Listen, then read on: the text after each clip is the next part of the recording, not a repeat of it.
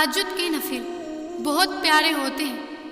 ادھر التجائیں، ادھر قبولیت، ادھر سجدے، ادھر موزے. اللہ تمہیں تہجد تک لے آیا، اس کا مطلب سمجھتے ہو؟ اللہ کو تم بہت پسند آ گئے ہو. وہ تمہیں اپنے پسندیدہ محبوب بندوں میں شامل کرنا چاہتا ہے. جب تمہاری ساری دعاؤں کو حقیقت بنا کر تمہارے سامنے کھڑا کر دیا جائے گا اور انہیں دیکھ کر تم کہو گے یا اللہ، انہیں تو میں بھول چکا تھا. پھر اللہ فرمائے گا میں نہیں بھولا. اللہ تو رہتا ہی وہاں ہے جہاں تمہاری دعائیں رہتی ہیں. پھر کیسے ہو سکتا ہے تمہارے دل نے تڑپ کر کچھ مانگا اور اللہ نے نہ سنا؟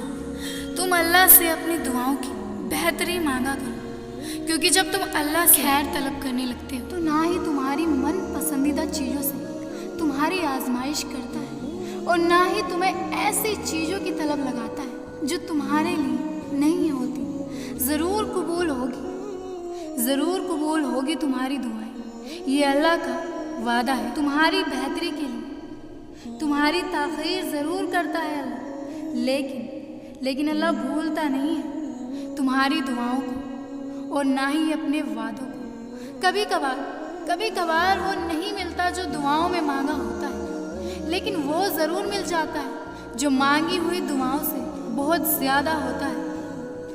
اگر درد اور آزمائش سزا ہوتی تو اللہ کبھی بھی اپنے پیارے محبوب نبی کریم حضرت محمد مصطفیٰ صلی اللہ تعالی علیہ وسلم کو ان سے نہیں گزارتا. اللہ کی محبت آپ کو رضا الہی عطا کرتی ہے. آپ اللہ کی رضا میں راضی رہنا سیکھ لیتے ہیں. میرے اللہ مجھے بھی رضا اور اطمینان عطا فرما.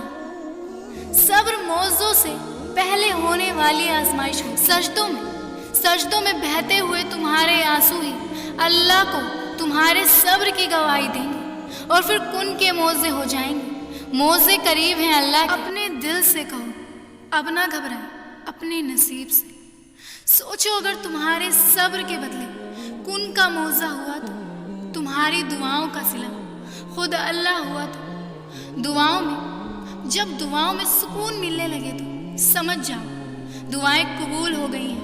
ان دعاؤں میں اللہ کی رضا شامل ہوتی ہے اور موزے اللہ کی رضا کے ہونے سے ہی ہوتے ہیں. یہ دیر تو بس تمہارے دعاؤں کی آزمائش ہے.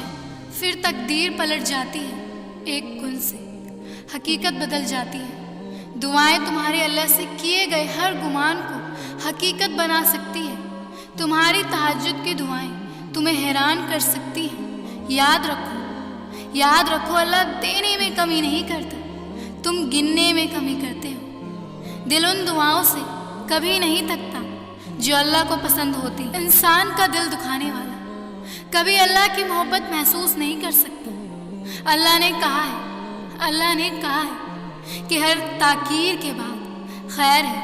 دعا انسان کے بس میں نہیں ہوتی، یہ تو اللہ کی رضا سے دل کا حصہ بنتی ہے اور پھر تب تک اللہ کو مناتی رہتی ہے جب تک اللہ ان دعاؤں کو تمہارے نصیب کا حصہ نہ بنا دے.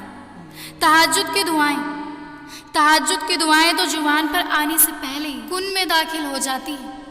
اللہ کی محبت انسان کو مکمل کر دیتی ہے. اللہ کو پا کر انسان کو کسی اور شے کی طلب نہیں ہوتی. دعائیں انسان کے بس میں نہیں ہوتی، یہ تو اللہ کی رضا سے نصیب کا حصہ بنتی ہیں اور پھر اللہ کے مل جانے سے موزے ہوتے ہیں. ایسے موزے جو نصیب کو موڑ دیتے ہیں، ایسے موزے جو حقیقت بدل دیتے ہیں، ایسے موزے جو دل بدل دیتے ہیں. یہ ایسا مقام ہوتا ہے جہاں ساری رکاوٹیں بے اثر ہو جاتی ہیں. آزمائش کے بدلے، ہر دعا کے بدلے اور ہر صبر کے بدلے صرف اللہ اور اللہ ہی چاہیے ہوتا ہے.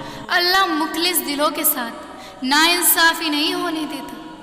جب تم اللہ سے مدد مانگتے ہو تو تب اللہ تمہاری یوں مدد کرتا ہے کہ اللہ ان چیزوں کی حقیقت تم پر کھول دیتا ہے. دعائیں کبھی رد نہیں ہوتی.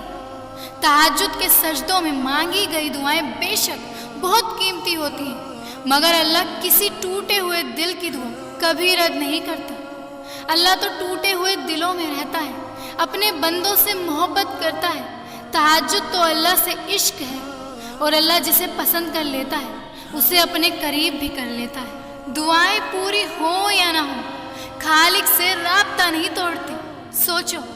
سوچو روز محشر والے دن اللہ تمہیں دیکھ کر مسکرائے اور کہے کہ اس بندے کو مجھ سے محبت تھی، یہ راتوں کو اٹھ کر مجھے منایا کرتا تھا، میں دیتا تھا تو شکر ادا کرتا تھا، جب نہیں دیتا تھا، جب بھی میری رضا میں راضی رہتا تھا، یہ مجھ سے راضی ہو گیا اور میں اس سے راضی ہو گیا۔